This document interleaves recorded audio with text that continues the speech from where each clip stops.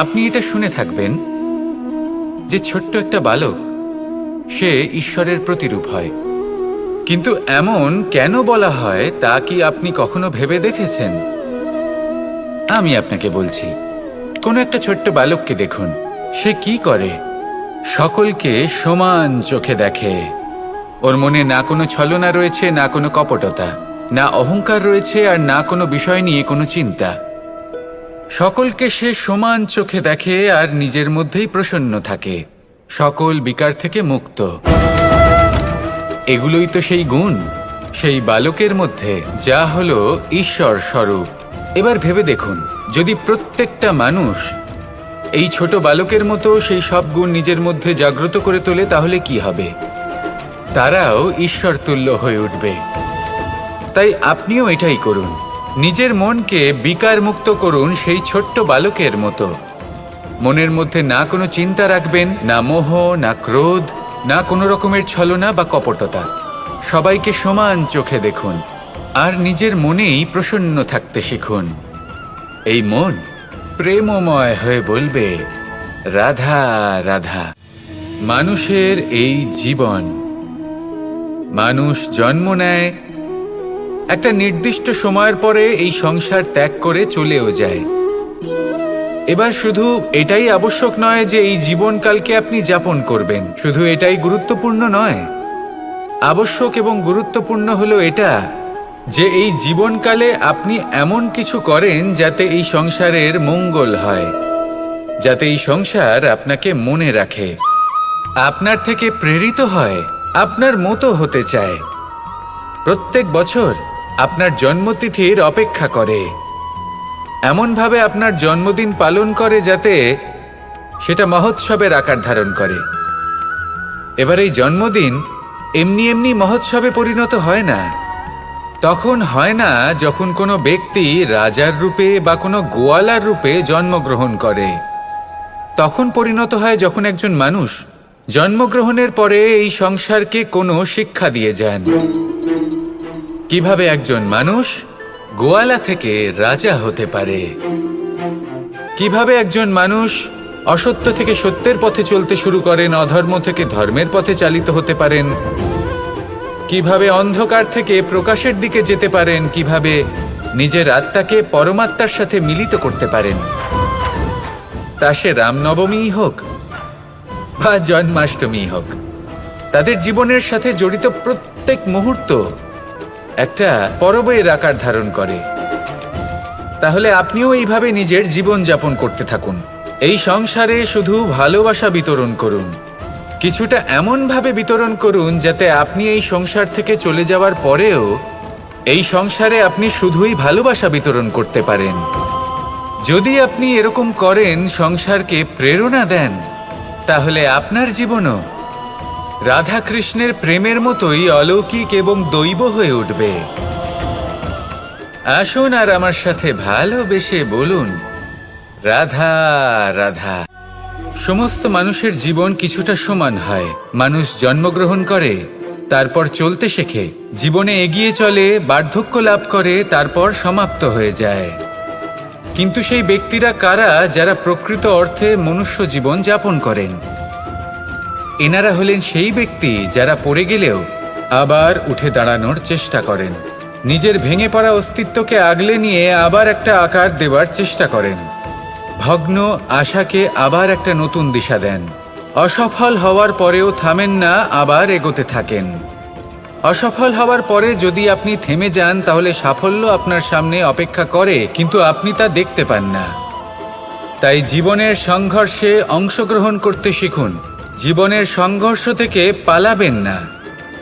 আসুন আমার সাথে ভালোবেসে বলুন, রাধা রাধা। এই সংসারের সবথেকে বড় সুখ কি? কেউ বলবেন নিজের লক্ষ্য প্রাপ্ত করা, কেউ বলবেন ধন উপার্জন করা, কেউ বলবেন নিদ্রাই সবথেকে বড় সুখ, কেউ বলবেন রাজ্য লাভ করা, আবার কেউ বলবেন মাতার হাত থেকে খাবার খাওয়া, আদি ইত্যাদি। কিন্তু যদি সত্যি কথা বলি, এই সংসারের সবথেকে বড় সুখ হলো সেবা করা। কখনো কাউকে সেবা করে দেখুন। এই সেবা দ্বারা অন্য কোনো মানুষের আশীর্বাদ লাভ করাতেই সুখ রয়েছে। আপনার সেবা ভাব দ্বারা যখন কোনো মানুষ নিজের অন্তরাত্মা থেকে আপনাকে আশীর্বাদ করে, তার থেকে বড় সুখ আর কিছুই নেই। কারণ প্রত্যেক মানুষের মধ্যে ঈশ্বর বাস করেন। নরের সেবাই হলো নারায়ণের সেবা। নিষ্কাম সেবা করাই হলো সব থেকে বড় সুখ। তাই নিজের অন্তরে সেবার এই ভাব জাগ্রত করুন। যে সুখের কথা আমি বলছি, সেই সুখ অনুভব করেই দেখুন। এই মন সুপ্রসন্ন হয়ে বলবে, রাধা রাধা। জীবন কিসের উপর নির্ভরশীল? ধনের ওপর, বৈভবের ওপর, নিঃশ্বাসের ওপর? না, এই জীবন নির্ভরশীল বিশ্বাসের ওপর। বিশ্বাস নিজের ওপর, বিশ্বাস আমাদের আপনজনের ওপর। কিন্তু যখন এই বিশ্বাস ভেঙে যায়, তখন মানুষের মনও ভেঙে যায়, আর তারপর সে অন্য কিছু করতেই পারে না। তখন কি করা যেতে পারে? 3টে কাজ আছে যা আপনি করতে পারেন। প্রথম, ভালোবাসা। যাকে আপনি ভালোবাসেন, যারা আপনাকে ভালোবাসে, ভুল যারই হোক না কেন, তার কাছে ক্ষমা চাইতে কখনোই সংকোচ বোধ করবেন না। দ্বিতীয় হলো বিশ্বাস। যারা আপনাকে ভালোবাসেন, আপনাকে বিশ্বাস করেন, তাদের বিশ্বাস কখনো ভাঙবেন না। তৃতীয় হলো আশা। যারা আপনাকে ভালোবাসেন, আপনাকে বিশ্বাস করেন, তাদের আশা আপনার সাথে জড়িত। তাদের থেকে কখনো কিচ্ছু লুকোবেন না। এই 3টে কাজ করুন, আর এই জীবন সুপ্রসন্ন হয়ে বলবে, রাধা রাধা। পরিস্থিতি কখনো এটা ভালো থাকে, আবার কখনো মন্দ হয়ে যায়। কখনো এই পরিস্থিতি আমাদের পক্ষে থাকে, আর কখনো এই পরিস্থিতি অনুযায়ী আমাদের চলতে হয়। কোনো বিকল্প থাকে না। কিন্তু যখনই এই পরিস্থিতি খারাপ হয়ে যায়, তখন কি করা উচিত সেই প্রশ্ন মনে জেগে ওঠে। পরিস্থিতি যখন প্রতিকূল হয়, তখন আমরা কিছু হারালে তা হারিয়ে ফেলি, ঠিক আছে, কিন্তু যা বাকি আছে সেটা আমরা আগলে রাখতে পারি। পরিস্থিতিকে সামলে রাখার চেষ্টা আমরা অবশ্যই করতে পারি, শুধু সেটুকুই আমাদের হাতে রয়েছে। কিন্তু এর থেকেও বড় সমস্যা আছে, অহংকার। কখন প্রবেশ করে আমরা জানতেও পারি না। এই অহংকার আপনাকে বুঝতেও দেবে না যে আপনি সত্যি কিছু হারিয়েছেন। আপনার কিছুই যাবে আসবে না। দেখতে গেলে আকাশের সূর্য নিজের প্রকাশ হারিয়ে ফেলে যখন অন্ধকার ঘনিয়ে আসে। তাহলে আমরা কে হই? ওনার সামনে তো কিছুই নই। এই অহংকার আমাদের দমন করতেই হবে। এটা বিশ্বাস করতে হবে যে এই সমগ্র সৃষ্টিতে আমরা শুধুমাত্র একটা কণা, তার থেকে বেশি আর কিছুই নয়। বিশ্বাস করতে হবে যে আমরা ততটাও বড় নই যে কখনোই কিছুই হারাবো না। এবার যেদিন এই জ্ঞান আপনি আত্মস্থ করে নিজের আচরণ পাল্টাবেন, মনে রাখবেন, সেই দিনই অহংকারকে দমন করতে আপনি পথে অগ্রসর হয়ে পড়েছেন। এই অহংকারকে দমন করুন, আর আমার সাথে ভালোবেসে বলুন, রাধা রাধা। বুদ্ধি আর বিবেকের পার্থক্য কোথায় তা নিয়ে এই সংসার অনেক কিছুই ভাবে। কিছু মানুষ ভাবেন যে এই দুই হলো একই, কিন্তু যদি সত্যি কথা বলি, তাহলে এই দুইয়ের মধ্যে একটা অমূল্য পার্থক্য আছে। আর তা হলো এটা যে বুদ্ধির সম্পর্ক হলো মস্তিষ্কের সাথে, আর বিবেকের সম্পর্ক হলো হৃদয়ের সাথে। যে কোনো বুদ্ধিমান মানুষ কি করেন? নিজের মতন করে এই সংসারকে বদলে ফেলতে চেষ্টা করেন। একজন বিবেকশীল মানুষ কি করেন? নিজের অন্তরকে, নিজের মনকে বদলে ফেলতে চেষ্টা করেন। কারণ মানুষের সংসার এই মনের মধ্যেই বসবাস করে। তাই নিজের বুদ্ধির ব্যবহার অবশ্যই করুন, কিন্তু তাতে বিবেকের লাগামটা অবশ্যই শক্ত হাতে ধরবেন। আসুন আমার সাথে ভালোবেসে বলুন, রাধা রাধা। সম্পর্ক এ হলো এক বন্ধন যা আমাদের এক সূত্রে বেঁধে রাখে। কিন্তু এমন কিছু ব্যক্তি থাকেন যারা এই সম্পর্কের বিষয়ে নিজস্ব একটা ধারণা করে ফেলেন যে সম্পর্ক এরকম হওয়া উচিত, সম্পর্ক সেরকম হওয়া উচিত। আমি এই সম্পর্কের জন্য কত কিছু করেছি এই ব্যাখ্যা করতে থাকেন, আর তার বদলে অনেক কিছু প্রত্যাশাও করেন।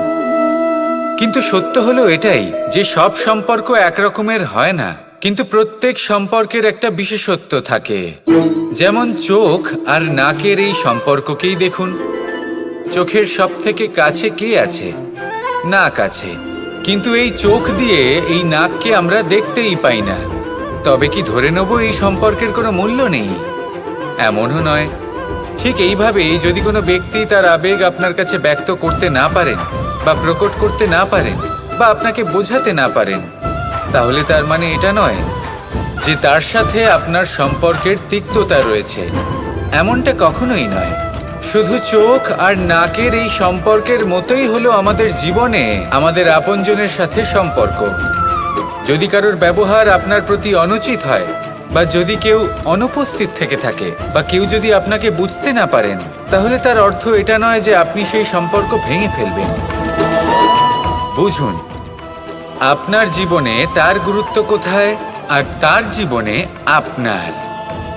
সম্পর্ক গড়ে তুলুন, তাকে পালন করতে শিখুন, একসাথে মিলে চলুন। এই মন সুপ্রসন্ন হয়ে বলবে, রাধা রাধা। আপনি কখনো কোনো সরোবরের দিকে তাকান যার জল হলো শান্ত, স্থির। আপনি স্পষ্ট দেখতে পাবেন সেই সরোবরের তলদেশে কি রয়েছে। তাতে সাঁতরে বেড়াচ্ছে সুন্দর মাছ, চকচকে কিছু পাথর, স্বর্ণরূপী বালি, সবই আপনি দেখতে পাবেন। কিন্তু যখনই আপনি একটা ছোট্ট পাথর তুলে সেই জলে ছুঁড়ে ফেলবেন, তখন সেই জল বিচলিত হবে আর সেই স্পষ্টতা ন্যূনতম হয়ে যাবে। তারপর কিছুই স্পষ্টভাবে দেখা যাবে না। এই ঘটনা মানুষের সাথেও ঘটে। মানুষ যদি বিচলিত হয়ে পড়ে, তখন সে বুঝতে পারে না যে বর্তমানে কি হয়ে চলেছে আর ভবিষ্যতে কি করা উচিত। কিন্তু সেই মানুষ যদি শান্ত থাকেন, স্থির থাকেন, ধন্যাত্মক থাকেন, তাহলে নিশ্চিত রূপেই বুঝতে পারবেন যে বর্তমানে কি করতে হবে আর ভবিষ্যতে কি করতে হবে। তাই নিজের মধ্যে সেই স্থিরতা আনুন, সেই ধৈর্য ধরুন, নিজেকে শান্ত রাখুন আর সবার মধ্যে ভালোবাসা ছড়িয়ে দিন। এই মন প্রসন্ন হয়ে বলবে, রাধা রাধা। মানুষের জীবন বড়ই বিচিত্র হয়। যেই মুহূর্তে জন্ম নেয় একটা প্রতিস্পর্ধায় প্রবেশ করতে থাকে। মানুষ জন্ম নেয় আর প্রতিস্পর্ধা শুরু হয়ে যায় ভাই এবং বোনের মধ্যে সর্বশ্রেষ্ঠ হবার, সবার থেকে এগিয়ে থাকার। তারপরে সে যায় গুরুকুলে। নিজের বন্ধুদের মধ্যে সর্বশ্রেষ্ঠ হওয়ার প্রতিস্পর্ধা শুরু হয়। এবার সেখান থেকে বাইরে বেরিয়ে সংসার জীবনে প্রবেশ করে ধন উপার্জনের প্রতিস্পর্ধা শুরু হয়। তা সে যুদ্ধই হোক বা কলা হোক, এই প্রতিস্পর্ধা কখনোই আমাদের পিছু ছাড়ে না। তাই যদি প্রতিস্পর্ধা করতেই হয়, তাহলে আমরা মানুষকে সাহায্য করার প্রতিস্পর্ধা কেন করব না? এমন এক প্রতিস্পর্ধা যাতে যে কেউ জিতুক বা যে কেউ হারুক না কেন, লাভ সকলের হবে। সকলের মধ্যে প্রেম বিতরণ করতে থাকুন, এইভাবেই আনন্দ বিতরণ করতে থাকুন। আর আমার সাথে ভালোবেসে বলুন, রাধা রাধা। এই সংসারে বড়ই বিচিত্র এক শব্দ আছে, মূল্য। এর প্রয়োগ আমরা জীবনেও করে থাকি, আবার ব্যবসাতেও করে থাকি। একজন উদ্যোগপতি সবসময় বলেন, ব্যবসার মূল্য সবসময় উচ্চমান হওয়া উচিত, তাতে লাভ বেশি। অন্যদিকে আরেকজন ব্যক্তি যিনি পরোপকারী, যিনি ঈশ্বরের দর্শনের অভিলাষী, তিনি বলেন জীবনের মূল্য সবথেকে উচ্চমান হওয়া উচিত। অনেক সময় মানুষ কি করে থাকেন, ব্যবসার এই মূল্য তা উচ্চতার শিখরে পৌঁছানোর লোভে জীবনের মূল্য নামিয়ে ফেলেন। যেখানে এই সমগ্র সংসার প্রেমের দ্বারা চালিত হয়। প্রেমই হলো এই সংসারের আধার। এবার যদি আপনি প্রেম করতে শিখে যান, তাহলে ব্যবসাতে নিশ্চিত রূপে লাভের সাথে সাথে কীর্তি এবং যশ লাভও করতে পারবেন। তা আমি নিশ্চিত রূপে বলতে পারি, কারণ ব্যবসাতে ওঠা নামা এসব চলতেই থাকে। জীবনকে আপনি যদি একবার উচ্চতায় নিয়ে যেতে পারেন, তাহলে তা কখনোই নামবে না। আসুন আর আমার সাথে ভালোবেসে বলুন, রাধা রাধা। আমরা আনন্দ লাভের জন্য ভালোবাসি মা বাবাকে, ভাই বোনকে, পরিবার পরিজনকে, বন্ধুকে, প্রেমিকাকে। আমরা চাই যে সকলে যেন আপন হয়ে থাকেন, আমাদের কাছে থাকেন, কিন্তু মানুষের একটা প্রবৃত্তি আছে যে তিনি যা লাভ করে ফেলেন তার মূল্য তিনি বুঝতেই পারেন না। যদি আপনার বাড়ির কাছে একটা মিষ্টি জলের সরোবর থাকে বা সুন্দর নদী থাকে, তাহলে জলের গুরুত্বটা কি আপনি তা বুঝতেই পারবেন না। সেইখানে আপনি যদি কোনো একটা মরুভূমিতে যান, আপনি অনুভব করতে পারবেন যে এক একটা ফোঁটা জলের কি গুরুত্ব, তার মূল্য কি। সুখের মুহূর্তে যদি আপনজনদের মনে রাখেন, তবে দুঃখের মুহূর্ত নিজে থেকেই দূরে সরে যাবে। ভালোবাসা এবং তার সাথে স্মরণ করা, এটাই তো হলো জীবনের এবং ভালোবাসার আসল মূল্য। আসুন আর আমার সাথে ভালোবেসে বলুন, রাধা রাধা। প্রত্যেকটা মানুষ আলাদা হয় আর অত্যন্ত বিশেষও হয়। প্রত্যেক মানুষ ভিন্ন ভিন্ন পরিবেশে পালিত হয়, বড় হয়। প্রত্যেকের নিজস্ব চিন্তা ভাবনা থাকে, নিজস্ব বিচারধারা থাকে। যখন অনেক ভিন্ন বিচারধারা একত্রিত হয়ে যায়, তখন শুরু হয় বিবাদ। এবার এই বিবাদের সময় আপনি দেখবেন, দুই ব্যক্তি যাদের মধ্যে এই বিবাদ হচ্ছে, সবসময় এটা প্রমাণ করতে চান যে তার সামনের ব্যক্তি এবং তার ভাবনা, তার বিচারধারা বা তার বক্তব্য হলো অনুচিত। এবার এটাই যদি প্রেমপূর্বক রূপে আপনি ভেবে দেখতে চেষ্টা করেন যে সামনের ব্যক্তিটির বক্তব্য, তার মানসিকতা আসলে কি, তাতে উচিত ঠিক কি, সেটা আমরা বুঝতে পারি। একদিকে হলো এই বিবাদ, যা আপনাকে সামনের ব্যক্তিটিকে অনুচিত প্রমাণ করতে বাধ্য করে, আর অন্যদিকে হলো প্রেম, যা সামনের ব্যক্তিটির যুক্তি বুঝতে সাহায্য করে, তাতে উচিত কি রয়েছে সেটা বুঝতে বাধ্য করে, তাকে মহান হয়ে ওঠার পথে অগ্রসর হতে বাধ্য করে। তাই এই বিবাদকে ত্যাগ করুন আর প্রেমকে আপন করে নিন, আর এই প্রেম ভাব নিয়ে বলুন, রাধা রাধা। এই জীবনে আমাদের দুজন সঙ্গী, এক হলো অন্ধকার আর এক হলো প্রকাশ। এবার যখন এই অন্ধকারে আমরা প্রদীপ জ্বালাই, সেই প্রকাশের জন্য অন্ধকার আমাদের উপর রুষ্ট হয়ে চলে যায়। এবার যদি অন্ধকারকে খুশি করতে যাও, তাহলে প্রকাশ আমাদের উপর রুষ্ট হয়ে চলে যায়। এ হলো ঠিক সেই পরিস্থিতি যে আমাদের দুই বন্ধু, তাদের মধ্যে সদ্ভাব নেই। যদি কোনো একজনের মান ভাঙাতে বা খুশি করতে যাও, তাহলে দ্বিতীয়জন অবশ্যই রুষ্ট হয়। সেই অবস্থায় আপনাকে বোঝদারের মতো কাজ করতে হবে যে কখন কাকে সমর্থন করতে হবে, কখন কার সাথে চলতে হবে। যদি পারেন তাহলে সকলকে একসাথে নিয়ে চলবেন। যদি কোনো মানুষের মধ্যে বনিবনা না হয়, তাহলে তাদের মধ্যে সামঞ্জস্য বজায় রেখে সংসারের রীতিনীতির চক্র চালিত করা, এটাই তো হলো মনুষ্য জীবন। এবার এটা কিভাবে করা সম্ভব? শুধুমাত্র প্রেমের দ্বারা। তাহলে এইভাবেই সবাইকে প্রেমের দ্বারা বেঁধে রাখুন আর আমার সাথে ভালোবেসে বলুন, রাধা রাধা।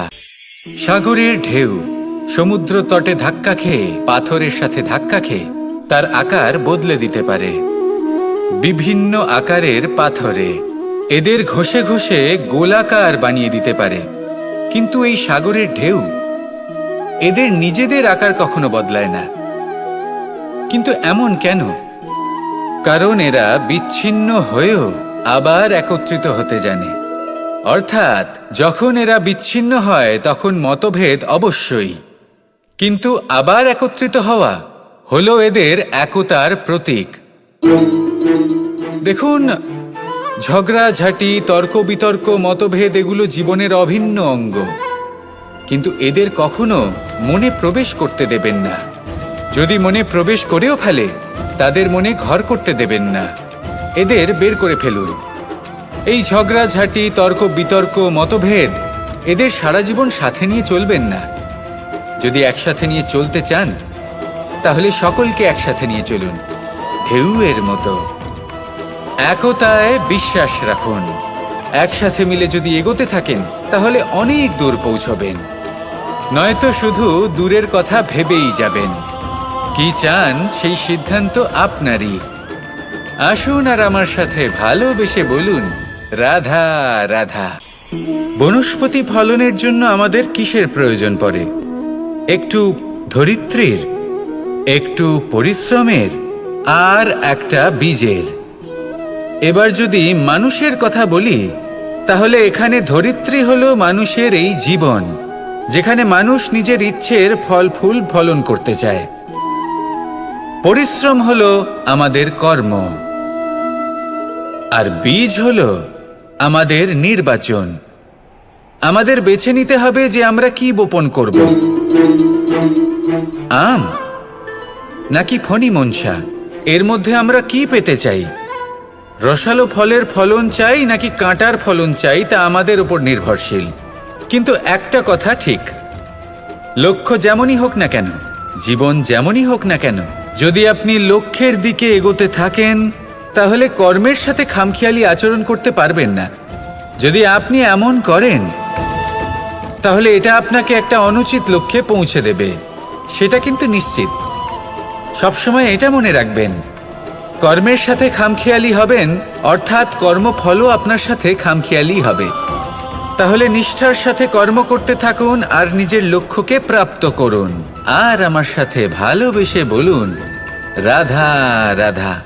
এই সংসারে এমন কিছু মানুষ আছেন যাদেরকে আপনার ভালো লাগে, তারা আপনার প্রিয়। আমরা চাই ওনারা আমাদের কাছে থাকুন, আমরা ওনাদের কাছে থাকি। এবার সেই ক্ষেত্রে আমরা তাদের ভালো ভালো উপহার দেওয়ার চেষ্টা করি, কারণ ওনারা হলেন আমাদের প্রিয়। আর তার বদলে আমরা আশা করে থাকি যে ওনারা আমাদের একটু সম্মান করবেন। এবার এই মানুষজন যারা আমাদের প্রিয়, এদের আমরা একটা উপহার দিই, সোনা দিয়ে থাকি, আভূষণ দিয়ে থাকি, হিরে মুক্ত দিয়ে থাকি। কিন্তু যদি ভেবে দেখি, এই সব কিছুরই একটা মূল্য আছে। ভেবে দেখুন, আপনি কি তাদের এমন কোনো উপহার দিতে পারেন যা কিনা অমূল্য? তা এরকম উপহার কি হতে পারে? ঠিক বলেছেন আপনি, প্রেম। এই প্রেমই হলো অমূল্য, কারণ মন থেকে এর উৎপত্তি হয়। না চেয়ে পাওয়া যায় আর না ছিনিয়ে নেওয়া যায় এই ভালোবাসা। ঠিক এইরকমই হয় এই সম্মান।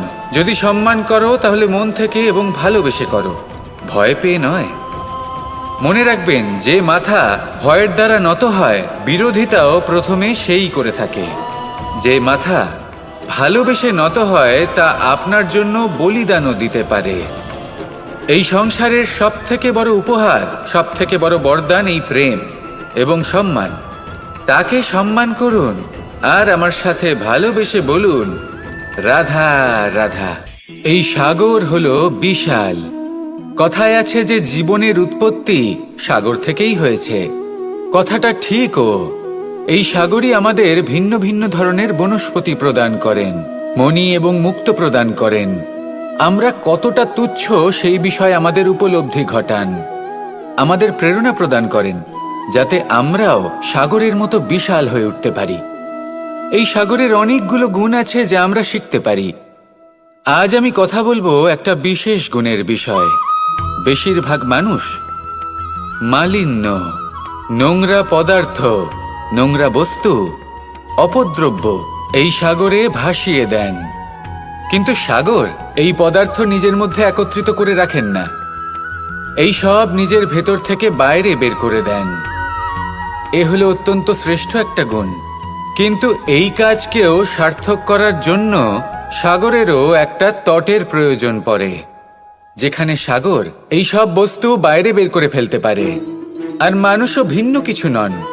দেখুন, মানুষেরও তো একটা তটের প্রয়োজন পড়ে। এই তট, তিনি হয়তো আমাদের গুরু হতে পারেন, আমাদের মা বাবা হতে পারেন, ভাই বা মিত্র হতে পারেন, বা হয়তো সেই সমস্যাগুলি যার থেকে আমরা দূরে পালিয়ে যাচ্ছি। কারণ যখন আপনি এই সমস্যাগুলির সম্মুখীন হবেন, শেষ পর্যন্ত আপনি শিক্ষাই পাবেন। সব থেকে বেশি গুরুত্বপূর্ণ এই মনকে পবিত্র রাখা। আর তার জন্য একটাই উপায় আছে, এই মন তার মন্থন করা। যদি এই মনের মন্থন করেন তাহলে পূর্ণরূপে পবিত্র হবেন। আর এই মন, আপনি তো জানেনই, প্রসন্ন হয়ে বলবে, রাধা রাধা। সাফল্যের বাস্তব অর্থ কি?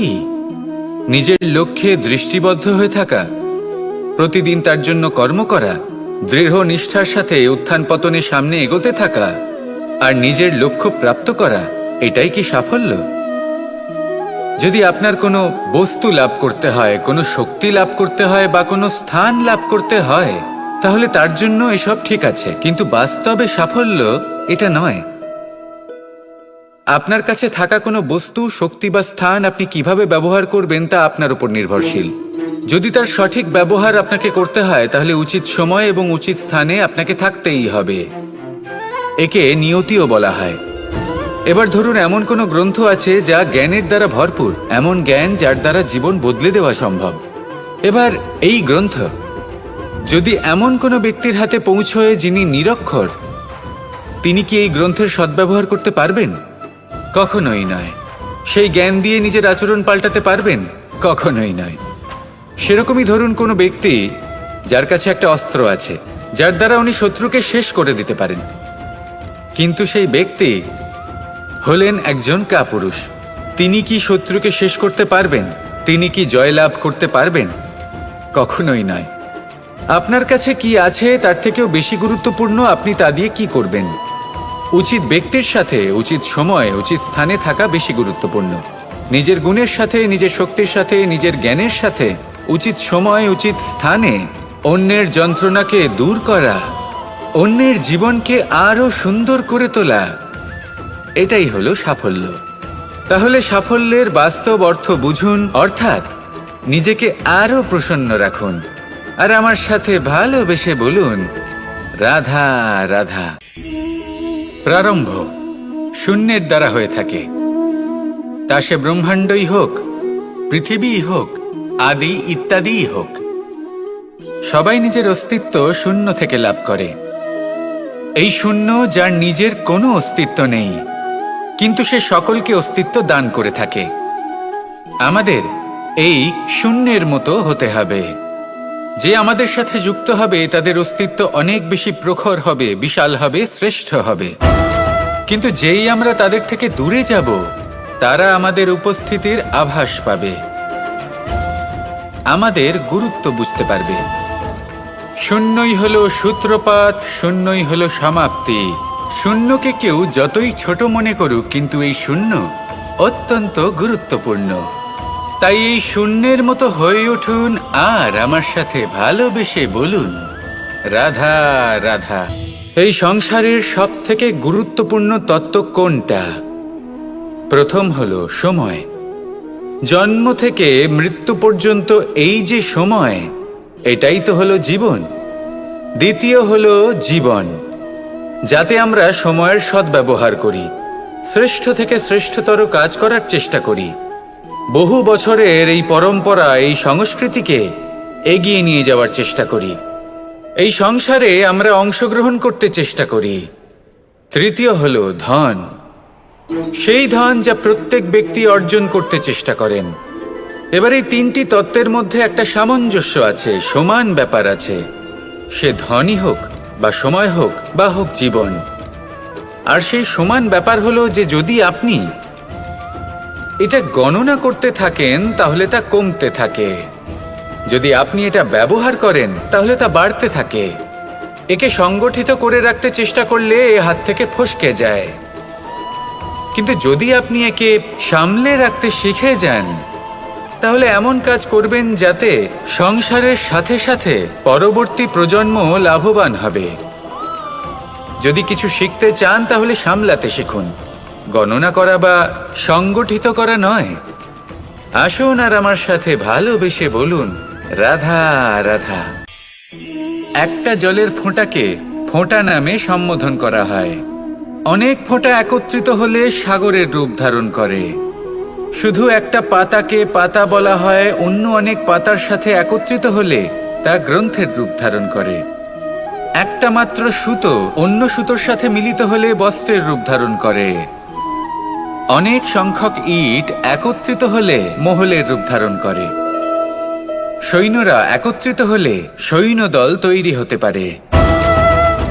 এটা হলো শক্তি সংগঠনের, এটাই হলো শক্তি একতার। তা সে বনস্পতি হোক বা কোনো ব্যক্তিই হোক, কোনো মনোভাবই হোক, যদি একা থাকে তাহলে দুর্বল হয়ে পড়বে। যদি সংগঠিত থাকে তাহলে শক্তিও বাড়বে আর আপনাকে সামনে এগিয়েও নিয়ে যাবে।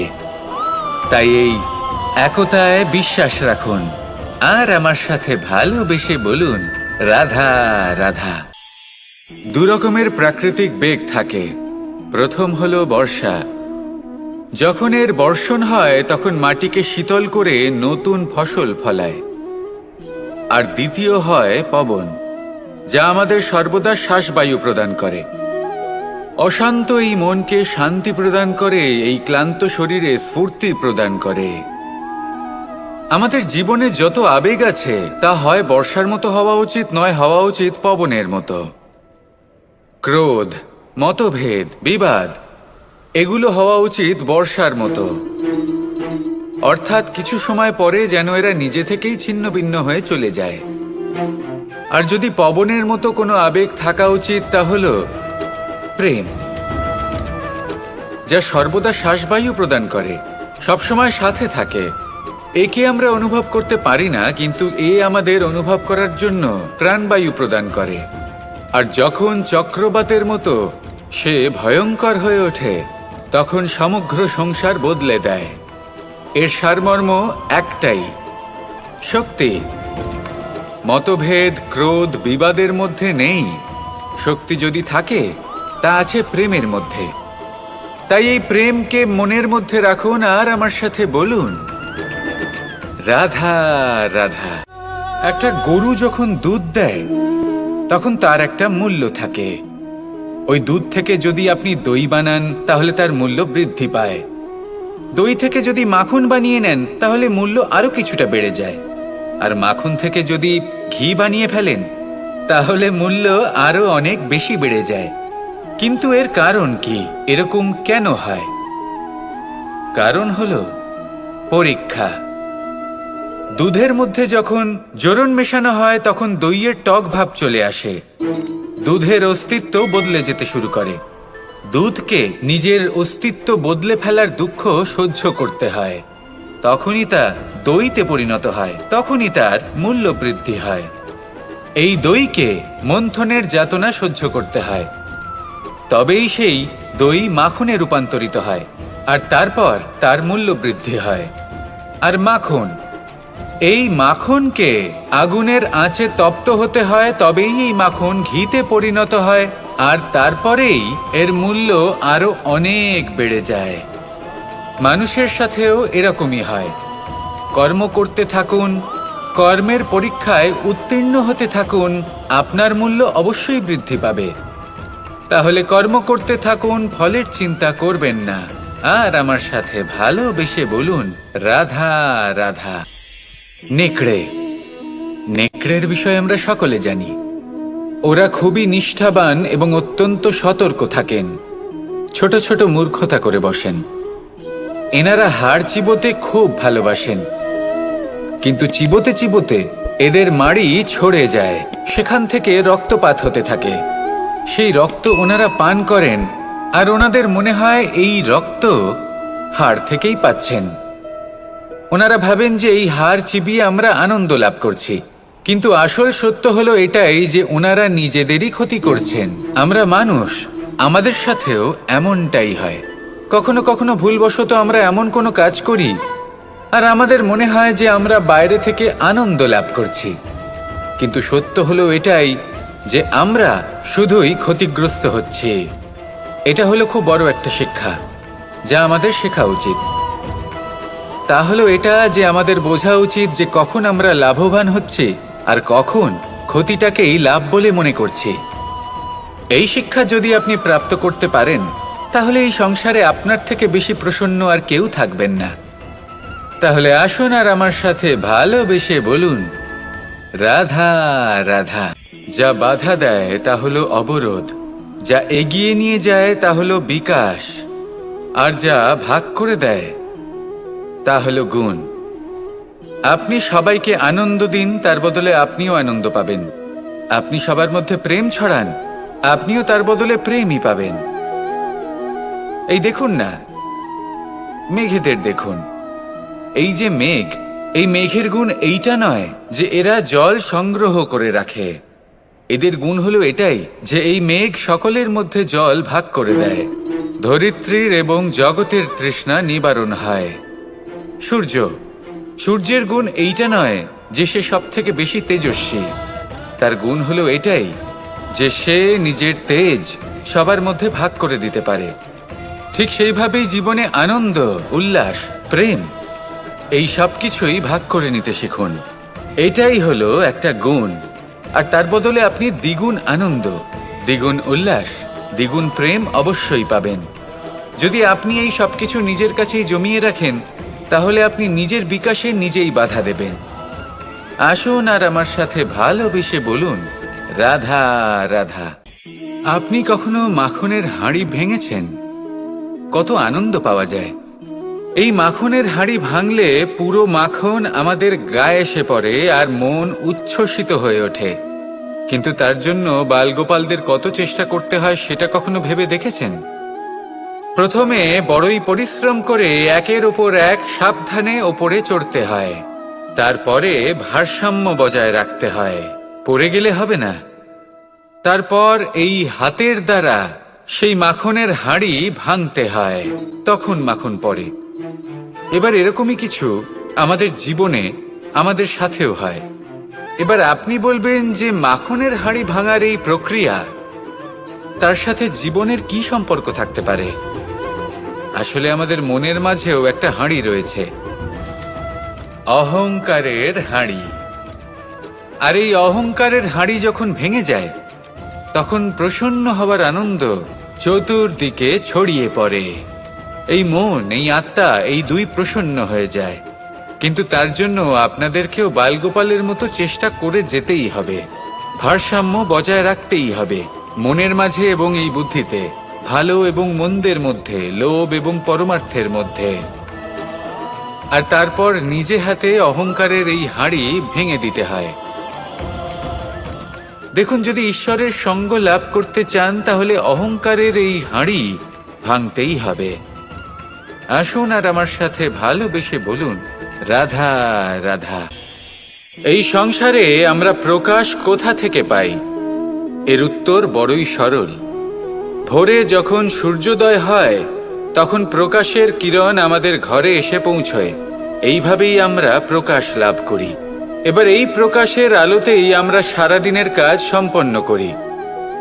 সন্ধে হয়ে যায়, সূর্যাস্তও হয়ে যায়।